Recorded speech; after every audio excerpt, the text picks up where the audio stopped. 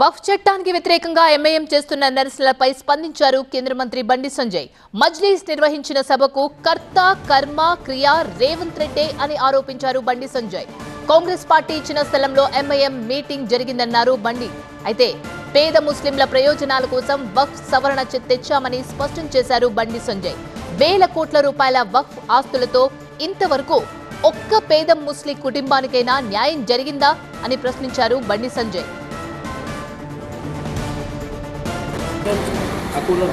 Congress party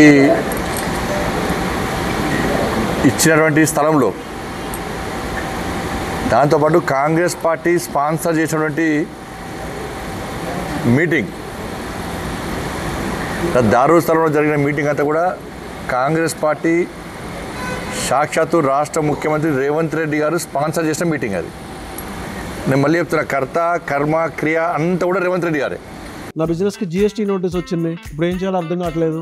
ఇప్పుడే ఒక GST ఎక్స్పర్ట్తో మాట్లాడు. ఇప్పటికిప్పుడు జిఎస్టీ ఎక్స్పర్ట్ అంటే ఎక్కడ దొరుకుతారు? బాస్ వాలా బీ ద బాస్. అన్ని రకాలుగా సహాయం చేశారు. వక్ఫ్ సవరణ బిల్లుకు వ్యతిరేకంగా మీటింగ్ పెట్టారు. ఈ మీటింగ్ ద్వారా వాళ్ళు సాధించింది ఏంది? ఇలా పేద ముస్లింల పొట్టగొట్టిన బడా చోర్లంతా కలిసి పెట్టిన మీటింగ్ అది. మస్జిద్కు మీటింగ్ పెట్టే హక్కు లేదు, అధికారం లేదు.